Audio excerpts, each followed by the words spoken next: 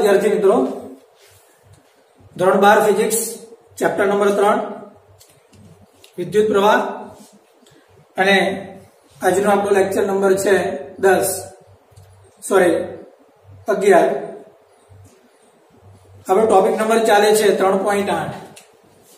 મિત્રો તમને ટોપિક અને પ્રશ્ન બંને નંબર તમને સાથે સાથે આપી દઈશ. ઠીક છે? તમારી એનસીઈઆરટી નો ટોપિક નંબર 3.8 છે અને આ ટોપિક ની અંદર 23, 24 અને 25 આ ત્રણ પ્રશ્ન રહેલા છે મિત્રો. ઓકે, શરૂઆત કરીએ પહેલા પ્રશ્ન પર. તો કે જુદા જુદા દ્રવ્યો માટે અવરોધકતાનો તાપમાન પરનો આધાર જોવાનો છે મિત્રો. અવરોધકતા તાપમાન પર કઈ રીતે આધાર રાખે છે એ જોઈશું આપણે. ઓકે, અવરોધકતા કોને કહેવાય મારે તમને કહેવાની જરૂરિયાત નથી. R બરાબર ρ L/A. R is equal to ρ L/A. અહીંયા જે ρ મળ્યો તે આપણી અવરોધકતા હતી. યાદ આવે છે કે જેનો આધાર કોના પર છે? દ્રવ્ય પર રહેલો છે. ઓકે, હવે જરા આપણે મુદ્દા પર ફોકસ કરીએ. જો શું કહે છે જરા વાંચી લઈએ અને પછી સમજીએ. જુદા જુદા દ્રવ્ય માટે અવરોધકતા તાપમાન પર જુદી જુદી રીતે આધાર રાખે છે. હવે મિત્રો આપણી પાસે દ્રવ્ય ત્રણ પ્રકારના: ધાતુ, અધાતુ અને અર્ધધાતુ. ઓકે, તો આ જુદા જુદા દ્રવ્ય માટે જે અવરોધકતા છે, ધાતુ માટે કઈ રીતે આધાર રાખે, અધાતુ માટે કઈ રીતે આધાર રાખે અને અર્ધધાતુઓ માટે. અચ્છા, ધાતુ પરનો આધાર જેવો છે અર્ધધાતુ માટે એવો ન પણ હોય. ક્લિયર? એટલે શું કહે છે આપણને કે જુદા જુદા દ્રવ્યો માટે અવરોધકતા એ તાપમાન પર જુદી જુદી રીતે આધાર રાખે છે. ઠીક છે? ચલો, છતાં પણ ધાતુઓ માટે શું કહે છે? જો તો કે ધાતુઓ માટે તાપમાન વધતા અવરોધકતા વધે છે. યાદ રાખજો, શું થશે? તાપમાન વધશે તો અવરોધકતા વધે, અવરોધકતા વધે એટલે અવરોધ વધે. સમજમાં આવે છે વાત? તાર છે, તાર ગરમ થાય, તાપમાન વધે તો એનો અવરોધ વધારે થશે. આપણને જે કે બી અવરોધ છે જેટલા મૂલ્યનો છે તેની અંદર વધારો મળશે આપણને. ઓકે, અચ્છા, પણ અર્ધવાહકો છે તેના માટે અવરોધકતા એ તાપમાન વધતા ઘટે છે. ઉલટું છે. ફરી પાછું, ધાતુઓ માટે શું કહે છે? તાપમાન વધશે તો અવરોધકતા વધે છે. સપ્રમાણ સંબંધ છે. પણ અર્ધવાહકો માટે તાપમાન વધતા અવરોધકતા એ ઘટે છે. એટલે એક રીતે કહી શકાય વ્યસ્ત પ્રમાણ સંબંધ છે. પડી સમજ? ઓકે, આની સાબિતી આપણને આગળના પ્રશ્નથી મળે છે કઈ રીતે આવું થાય છે. પણ હાલ તમે આ બે સેન્ટેન્સ એમસીક્યુ માટે ખાસ તમારા દિમાગમાં હોવા જોઈએ. ફરી પાછું, ધાતુ હોય તાપમાન વધે, અવરોધકતા વધે, અવરોધ વધે. ઓકે, અર્ધવાહકો હોય તાપમાન વધે, અવરોધકતા શું થશે? ઘટશે. માટે અવરોધ પણ શું થશે? ઘટશે. ક્લિયર? ચાલો, હવે આ જે સંબંધ છે એ સંબંધ મળ્યો ખરો, પણ કેવો સંબંધ મળ્યો? તો કે તાપમાનના ફેરફારનો ગાળો જો નાનો હોય, મોટો ન હોય.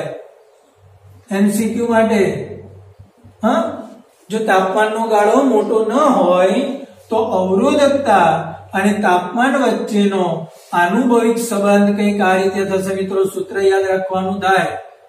ઓકે, દાખલાઓ માટે અને એમસીક્યુ માટે આ સૂત્ર આઈએમપી છે, અગત્યનું છે. જરા વાંચી લઈએ અને પછી સૂત્રને સમજાવીએ. મિત્રો શબ્દ પર જરા ભાર આપજો. આનુભવિક સૂત્ર છે. આનુભવિક સૂત્ર એટલે કોઈ સાબિતી નહીં મળે આ સૂત્રની. આ સૂત્ર તમારે સ્વીકારવાનું છે. વૈજ્ઞાનિકો દ્વારા જુદા જુદા દ્રવ્ય માટે જુદી જુદી રીતે એક્સપેરિમેન્ટ દ્વારા, અનુભવ દ્વારા આપવામાં આવેલું આ સૂત્ર છે, જેને આપણે શું કહીશું? આનુભવિક સૂત્ર. વાંચી લઈએ. ρT is equal to ρ0 1 plus alpha t minus t0. ऐसे यार फ्रीक्वार ρT is equal to ρ0 1 plus alpha t minus T0. સમજીએ શું કહેવા માંગે છે. ધારો કે મારી પાસે આ કોઈ એક દ્રવ્યનો ટુકડો છે. ઓકે, હવે આ દ્રવ્યનો ટી તાપમાને અવરોધકતા જોઈતી છે તો તેને રો ટી કહેવાય. તો રો ટી એટલે શું થશે? ટી તાપમાને અવરોધકતા ધારો કે આ મારે શોધવી છે, બરાબર છે. તો રો 0 તો સંદર્ભ તાપમાને અવરોધકતા છે. સંદર્ભ તાપમાન બે રીતે આપણને મળી શકે, એક તો 0°C અથવા તો 20°C. મિત્રો દાખલા ગણશો ત્યારે તમને દાખલામાં આપેલું હશે 0°C તાપમાને અવરોધકતા આટલી છે અથવા તો 20°C તાપમાને અવરોધકતા આટલી છે. સામાન્ય રીતે આ 0 અને 20 એ સંદર્ભ તાપમાન તરીકે પસંદ કરવામાં આવે છે. તો આપણી પાસે આ એક જ દ્રવ્યની બે અવરોધકતા, એક સંદર્ભ તાપમાનની એટલે કે 0 હશે અથવા તો 20°C હશે. તો એ અવરોધકતા કેટલી છે? રો ટી, બરાબર છે. અચ્છા સોરી, રો 0 અને ટી તાપમાનની અવરોધકતા એટલે રો ટી જે આપણે શોધવાની છે. આ 1 પ્લસ આલ્ફા આ ટી માઇનસ T0. ટી એટલે જે તાપમાને અવરોધકતા શોધવી છે તે તાપમાન, અને T0 એટલે જે તાપમાને તમે સંદર્ભ તાપમાન પસંદ કરો છો. જો તમારું સંદર્ભ તાપમાન 0 હોય તો T0 એ 0 થશે. જો તમારું સંદર્ભ તાપમાન 20°C હશે તો T0 એ 20°C હશે. ક્લિયર? ફરી પાછું ટી તાપમાનની અવરોધકતા, સંદર્ભ તાપમાનની અવરોધકતા. સંદર્ભ તાપમાન બે પ્રકારના, નંબર 1 0°C અથવા તો 20°C. ચલો ત્રીજું આલ્ફા. મિત્રો આલ્ફાને દ્રવ્યની અવરોધકતાનો તાપમાન ગુણાંક કહીશું. શું કહીશું? દ્રવ્ય માટે અવરોધકતાનો તાપમાન ગુણાંક. મિત્રો જુદા જુદા દ્રવ્ય માટે આલ્ફાના મૂલ્ય જુદા જુદા હશે. દરેક દ્રવ્ય એ તાપમાન સાથે અવરોધનો ફેરફાર સરખી રીતે નથી આપતું. દ્રવ્ય બદલાય તો તેના માટે આલ્ફા બદલાશે. એટલે તમને કદાચ કોઈ પૂછે કે આલ્ફાનું મૂલ્ય કોના પર આધાર રાખે? દ્રવ્ય પર. ઓકે, દ્રવ્યની જાત પર. દ્રવ્ય બદલાશે તો આલ્ફા ડેફિનેટલી બદલાશે. ઓકે, આલ્ફાનું મૂલ્ય જેટલું વધારે હોય તેટલો અવરોધકતાનો વધારો વધારે મળશે. ક્લિયર? તો તેના માટે જો સ્પષ્ટ રીતે તમને કહ્યું છે કે ધાતુઓ હશે તો તેના માટે આલ્ફાનું મૂલ્ય ધન મળશે, અને અર્ધવાહકો હશે તો તેના માટે આલ્ફાનું મૂલ્ય ઋણ મળશે. આવી તમે MCQ માટે યાદ રાખી શકો. મિત્રો તમને MCQ માં આલ્ફા ધન આપ્યો હોય તો તમારા દિમાગમાં લાઈટ થવી જોઈએ કે ચોક્કસથી આ ધાતુની વાત કરે છે. જો આલ્ફાનું મૂલ્ય ઋણ હશે તો તમને ચિત્ર ક્લિયર થવું પડે કે આ અર્ધવાહકોની વાત કરે છે. ક્લિયર? ફરી પાછું સૂત્ર શું થશે? Rho t is equal to rho 0 1 plus alpha t minus T0. T0 સંદર્ભ તાપમાન 0 અથવા 20. ટી એટલે જે તાપમાને અવરોધકતા શોધવી છે તે તાપમાન. આલ્ફા અવરોધકતાનો તાપમાન ગુણાંક. મિત્રો આનો એકમ જો જોઈએ તો આના બે એકમ અંશ સેલ્સિયસ ઇનવર્સ અથવા તો કેલ્વિન ઇનવર્સ. આ બેમાંથી કોઈ પણ એક એકમની અંદર તમને આલ્ફા આપવામાં આવેલો હશે. ક્લિયર? ઓકે, રો 0 એટલે સંદર્ભ તાપમાને અવરોધકતા અને રો ટી એટલે જે તાપમાને અવરોધકતા શોધવી છે તે તાપમાનની અવરોધકતા. ક્લિયર મિત્રો? ઓકે, અહીંયા સુધી તમને વાત આપી. જે ડબલ નીટમાં તમને અવરોધની વાત કરી હોય તો વેરી સિમ્પલ, આ સમીકરણની બંને બાજુ L વડે ગુણી A વડે ભાગી કાઢો તો તમને આ સંબંધ અવરોધના સ્વરૂપમાં મળશે. તમારે NCERT માં નથી લખવાનું, પણ જે ડબલ નીટ માટે આ સૂત્ર પણ તમારા દિમાગમાં હોવું જોઈએ મિત્રો. શું થશે? આ અવરોધકતાની જગ્યા પર અહીંયા R લાગી જશે. ઠીક છે? કેવી રીતે? તો કે આને તમે L વડે ગુણી A વડે ભાગો એટલે ρ L બાય A એટલે તમારો અવરોધ થઈ ગયો. क्लियर? तो सूत्र શું બનશે? RT is equal to R0 1 plus alpha T minus T0. તો આને શું કહેવાય? સંદર્ભ તાપમાને અવરોધ. શું કહીશું? સંદર્ભ તાપમાને અવરોધ. અચ્છા, આને શું કહીશું? T તાપમાને અવરોધ. જેવી રીતે આ સંદર્ભ તાપમાને અવરોધકતા અને આ T તાપમાને અવરોધકતા, તો એ જ રીતે સંદર્ભ તાપમાને અવરોધ અને T તાપમાને અવરોધ. બોલો મિત્રો, તો આ જે આપણો પ્રશ્ન નંબર 23. હવે એક વાત સમજમાં, ચિત્ર ક્લિયર થાય છે? ઓકે, આપણો ટોપિક શરૂ છે અવરોધકતાનો તાપમાન પરનો આધાર.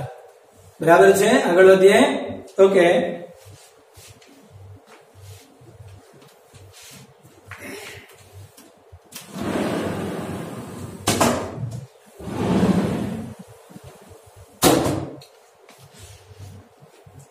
ઓકે મિત્રો, તો ત્યાર પછીનો પ્રશ્ન નંબર 24. અને શું કહે છે આ પ્રશ્નમાં? ટોપિક તો આપણો કન્ટિન્યુ છે. ધાતુ, મિશ્ર ધાતુ અને અર્ધવાહકો ત્રણે માટે રો વિરુદ્ધ ટી ના આલેખની સમજૂતી આપવાની છે. ત્રણે એટલે કે કોના માટે? ધાતુ, મિશ્ર ધાતુ અને અર્ધવાહકો માટે તાપમાન અને રો વચ્ચેનો સંબંધ. કઈ રીતે તાપમાન સાથે અવરોધકતા બદલાય છે? ચાલો જોઈએ. પહેલો સંબંધ ધાતુઓ માટે. હમણાં જ આપણે સૂત્ર જોઈ ગયા. શું હતું મિત્રો સૂત્ર? ρT is equal to ρ0 1 plus alpha T minus T0. Okay, તો આના પરથી તમે જોઈ શકો છો કે આ તો તમારું નિરપેક્ષ તાપમાન અચળ છે. આ બી અચળ જ રહેશે, આ બી અચળ જ. એટલે એક રીતે એવું સમજી શકાય કે ρT નો T સાથેનો સંબંધ સપ્રમાણ સંબંધ છે. એટલે કે ρT ચલે છે T. તો મિત્રો આલેખ આપણને સુરેખ મળશે. જો આનો આલેખ આપણે ડ્રો કરવા માટે જઈએ તો એ આલેખ આપણને આ રીતે સુરેખ મળે. રો અને ટી ના વધારા સાથે રો વધે છે. કેવી રીતે? સુરેખ સંબંધથી મળે છે. હવે વાત સમજમાં મિત્રો, આ એક મુદ્દો ક્લિયર રહેવો જોઈએ. ફરી પાછું, ધાતુ માટે તાપમાન વધતા અવરોધકતા વધે છે, માટે સંબંધ કેવો છે? સુરેખ. પણ તેની એક મર્યાદા છે મિત્રો. આ સુરેખ સંબંધ ક્યાં સુધી છે? તો જો 0°C કરતા નીચા તાપમાન માટે સુરેખ નથી.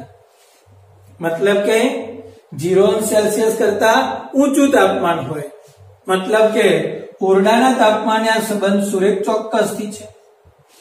પડી સમજ? પણ 0°C કરતા જો નીચું તાપમાન હોય તો મિત્રો આ સંબંધ આપણને સુરેખ સંબંધ મળવાનો નથી. ફરી એકવાર સૂત્ર આપણું ρT બરાબર ρ0 1 plus alpha T minus T0. તો ρT is directly proportional to T થશે.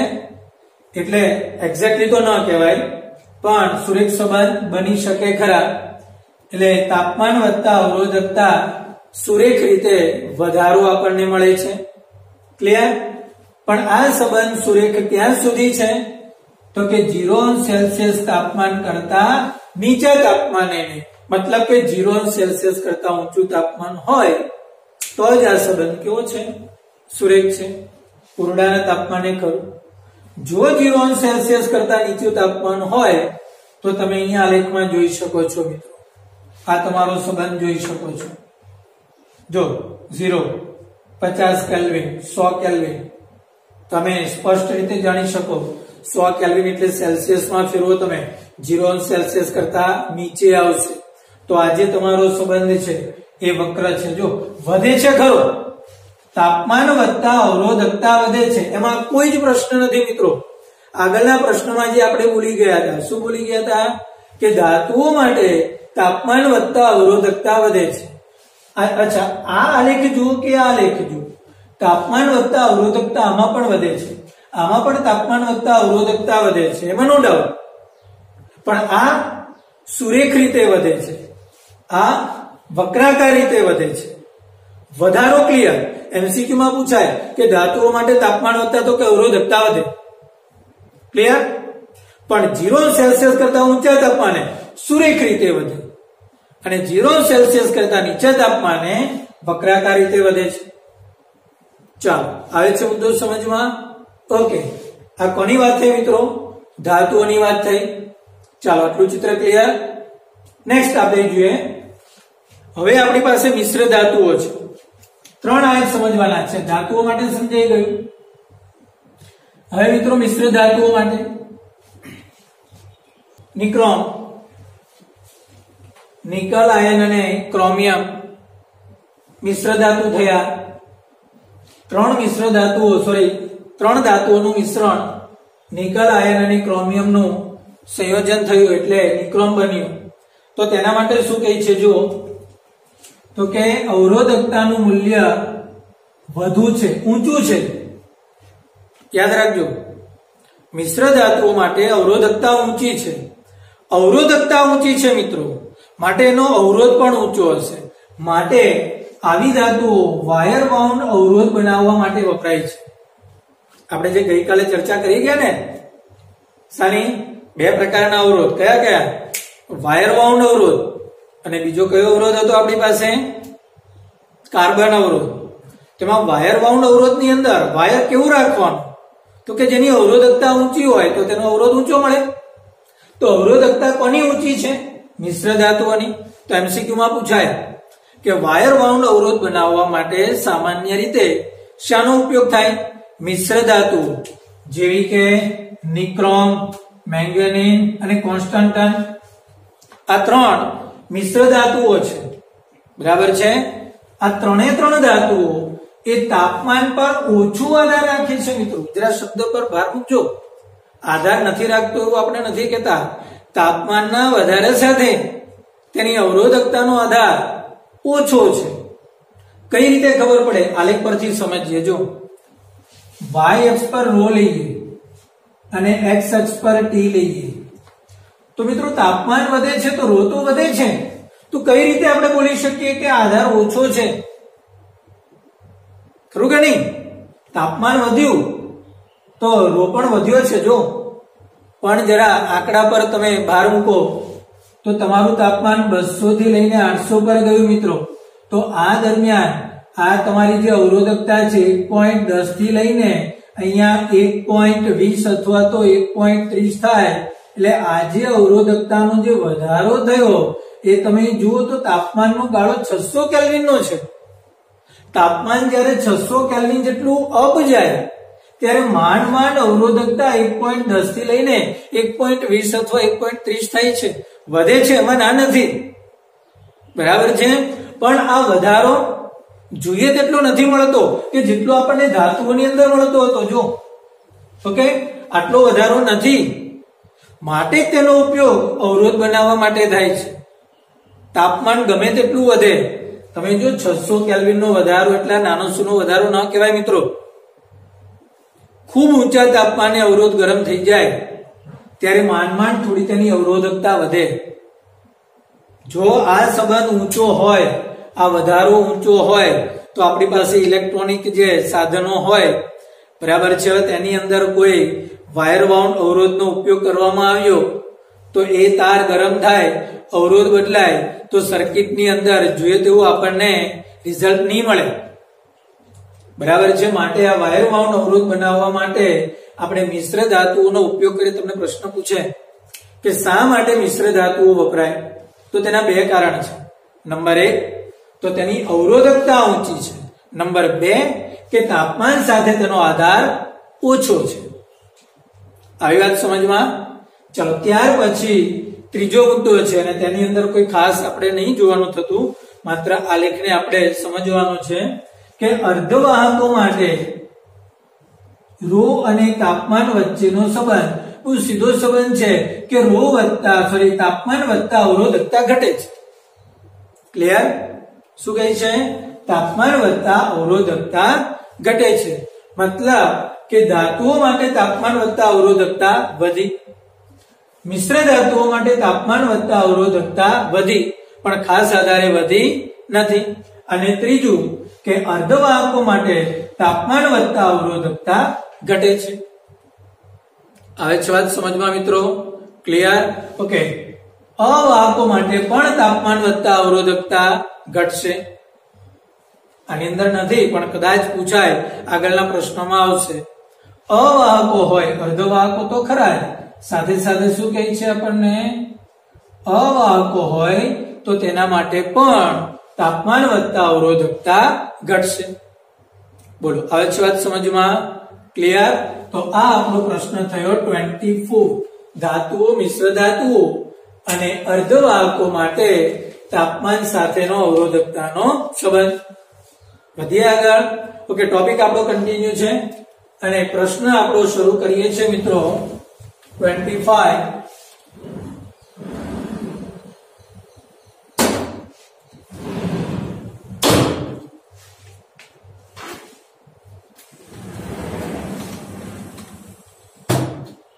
ઓકે, વાંચી લઈએ જરા આપણો પ્રશ્ન 25. ગુણાત્મક રીતે દ્રવ્યની અવરોધકતા તાપમાન સાથે કેવી રીતે બદલાય છે? શું કહે છે? ગુણાત્મક રીતે એટલે કોઈ સૂત્રનો ઉપયોગ કરો, ગણતરી દ્વારા સમજાવો કે તાપમાન સાથે અવરોધકતા કેવી રીતે બદલાય છે. હમણાં આપણે વાત કરી મિત્રો 4 બાબતની. ધાતુઓ અવરોધકતા સાથે તાપમાન સાથે અવરોધકતા વધે. મિશ્ર ધાતુઓ તાપમાન સાથે અવરોધકતા થોડા પ્રમાણમાં વધે. અર્ધ ધાતુઓ તાપમાનના વધારા સાથે અવરોધકતા ઘટે. અધાતુઓ તાપમાનના વધારા સાથે અવરોધકતા ઘટે. પણ હવે કોઈ સૂત્ર, એ જ વસ્તુની સાબિતી કોઈ સૂત્ર દ્વારા આપણે સમજાવવાની છે ગુણાત્મક રીતે. ઓકે, ચાલો, આપણી પાસે જૂનો સંબંધ છે. કયો? યાદ કરો, 2 લેક્ચર બેક જાઓ. શું કહે છે? વાહકતા સિગ્મા બરાબર n² ટાઉ અપોન m અને અવરોધકતા, અચ્છા, વાહકતાનું વ્યસ્ત કરશો તો તમને અવરોધકતા મળશે. આ બંને સૂત્ર આપણે યાદ રાખી ચૂકેલા છીએ મિત્રો, દાખલા માટે જરૂર પડશે. ફરી પાછું આ સૂત્ર આપણે 2 લેક્ચર પહેલા સાબિત કરી ચૂકેલા છીએ. શું આવશે? સિગ્મા બરાબર n² ટાઉ અપોન m અને સેકન્ડ રો બરાબર આનું વ્યસ્ત એટલે શું થશે? રો બરાબર m અપોન n² ટાઉ. બોલો, આ બે સંબંધ ક્લિયર? હવે આપણે તો અહીંયા માત્ર અવરોધકતાની જ વાત કરવી છે એટલે આ સૂત્ર પર ફોકસ નહીં કરીએ. તો મિત્રો આપેલા દ્રવ્ય માટે m અને e², તો આ તો અચળ રહેશે. મતલબ કે રો ચલે છે 1/n અને બીજું રો ચલે છે 1/τ. એટલે n ના વ્યસ્ત પ્રમાણમાં થઈ અવરોધકતા અને ટાઉ ના પણ વ્યસ્ત પ્રમાણમાં થઈ. તમારી જાણકારી માટે જણાવી દો, n એટલે શું હતું મિત્રો? n, બોલો, યાદ છે કોઈને? n એટલે શું હતું? એકમ કદ દીઠ વિદ્યુત ભાર વાહકોની સંખ્યા. બીજા શબ્દોમાં તેને સંખ્યા ઘનતા પણ કહેવાય. ઓકે, ચાલો, ટાઉ એટલે ટાઉ શું હતો? તો કે 2 ક્રમિક અથડામણો વચ્ચેનો સમયગાળો. મતલબ કે તેને આપણે શું કહેતા હતા? રિલેક્સેશન સમય. બરાબર છે? ફરી પાછું n વધે તો રો ઘટે, n ઘટે તો રો વધે. ઓકે, અને ટાઉ ના વધારા સાથે રો ઘટે, ટાઉ ના ઘટાડા સાથે રો વધે. વ્યસ્ત પ્રમાણ સંબંધ છે. ઓકે, ચાલો હવે જો શું કહે છે. ઓકે, તો આપણી પાસે 2 સંબંધ થયા. રો ચલે છે 1/n અને રો ચલે છે 1/τ. હવે મિત્રો અહીંથી આપણે વાત કરીએ ધાતુઓ માટે, તો તાપમાનના વધારા સાથે ઓકે, તો જો આ બે સંબંધ આપણને મળી ગયા, રો ચલે છે 1/n અને રો ચલે છે 1/τ.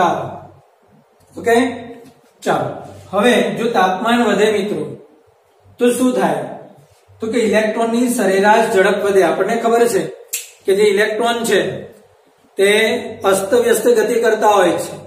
એ અસ્તવ્યસ્ત ગતિ દરમિયાન જો તમારું તાપમાન વધશે તો આવી અસ્તવ્યસ્ત ગતિની સરેરાશ ઝડપમાં વધારો થશે મિત્રો. આ સરેરાશ ઝડપમાં જેવો વધારો થશે એટલે જે તેનો રિલેક્સેશન ટાઈમ ટાઉ છે તેમાં ઘટાડો થશે. ઓકે, ઝડપ જેવી વધે તો એક અણુ, એક ઇલેક્ટ્રોન ઝડપથી બીજા ઇલેક્ટ્રોન સાથે અથડામણ અનુભવે તો તેમનો સમયગાળો ઘટી જશે. આ રિલેક્સેશન ટાઈમ ઘટી જશે મિત્રો. આ રિલેક્સેશન ટાઈમ જેવો ઘટે તેવો આ જે રો છે એ શું થશે મિત્રો, વધે છે. ચાલો આટલી વાત ક્લિયર. હવે સ્પેશિયલી આપણે જો ધાતુઓની વાત કરીએ મિત્રો, ધાતુઓ માટે શું થશે, ધાતુઓ માટે n નો તાપમાન પર કોઈ ખાસ આધાર નથી. શું કીધું ધાતુઓ માટે? અચ્છા, આધાર તો બે છે, એક n પર આધાર અને બીજું ટાઉ પર. પણ ધાતુઓ માટે n પર કોઈ ખાસ આધાર આપણને મળતો નથી. તો સંબંધ એક જ બચ્યો અને એ કયો, ટાઉનો. અને ટાઉનો સંબંધ શું છે, તો કે તાપમાન વધે તો ટાઉ ઘટે, ટાઉ ઘટે તો રો પાછો વધે. તો મતલબ કે તાપમાનના વધારા સાથે ટાઉ ઘટે અને ટાઉ ઘટે છે તો રો શું થાય છે, ફરી પાછો વધે છે. જે આપણે આગળ જોઈ ગયા હતા, આગળના પ્રશ્નમાં શું જોયું હતું, તાપમાન વધે તો અવરોધકતા વધે છે. જો અહીંયા બી એ જ મળ્યું, જો તાપમાનનો વધારો થયો અને અવરોધકતામાં પણ શું થયો, વધારો થયો. મિત્રો આવે છે વાત સમજમાં? ક્લિયર? ઓકે, પણ આ કોના માટે, ધાતુઓ માટે. અચ્છા, તમે અર્ધ ધાતુઓ અને અવાહકો માટે જો, અર્ધવાહકો અથવા તો અવાહકો માટે, તો ત્યાં n એ તાપમાનના વધારા સાથે વધે છે મિત્રો. આ જે n છે, તાપમાન વધશે તો n વધશે અને n વધશે તો રો શું થશે મિત્રો, ઘટે છે. હવે છે વાત સમજમાં? રો ઘટે છે. ઓકે, અને બીજું કે અર્ધવાહકો અને અવાહકોની અંદર આવા મુક્ત ઇલેક્ટ્રોન આપણને ઓછા મળે છે. એટલે આ જે રિલેક્સેશન ટાઈમ નો જે રો પરનો આધાર એ નહીવત હોય છે. એટલે મોટા ભાગનો આધાર કોના પર છે, રો ચલે છે 1/n પર અને n એ શું થાય છે મિત્રો, n માં વધારો થાય છે. n માં વધારો થાય છે માટે રો માં શું થાય છે, ઘટાડો થાય છે. આવે છે વાત સમજમાં? અને આવું આપણને ક્યાં મળે છે, તો કે અર્ધવાહકો અને અવાહકોમાં. આગળના પ્રશ્નનો છેલ્લો મુદ્દો યાદ કરો. આલેખ આ પ્રમાણે આપણને મળતો હતો કે તાપમાન વધે તો અવરોધકતા શું થાય છે, ઘટે છે. એ સંબંધ અહીંયા આપણને સાબિત થઈ ગયો. બોલો, આવે છે વાત સમજમાં? ક્લિયર? ઓકે, તો આજના લેક્ચર માટે આટલું રાખીએ. નેક્સ્ટ લેક્ચરમાં ફરી પાછા મળીશું.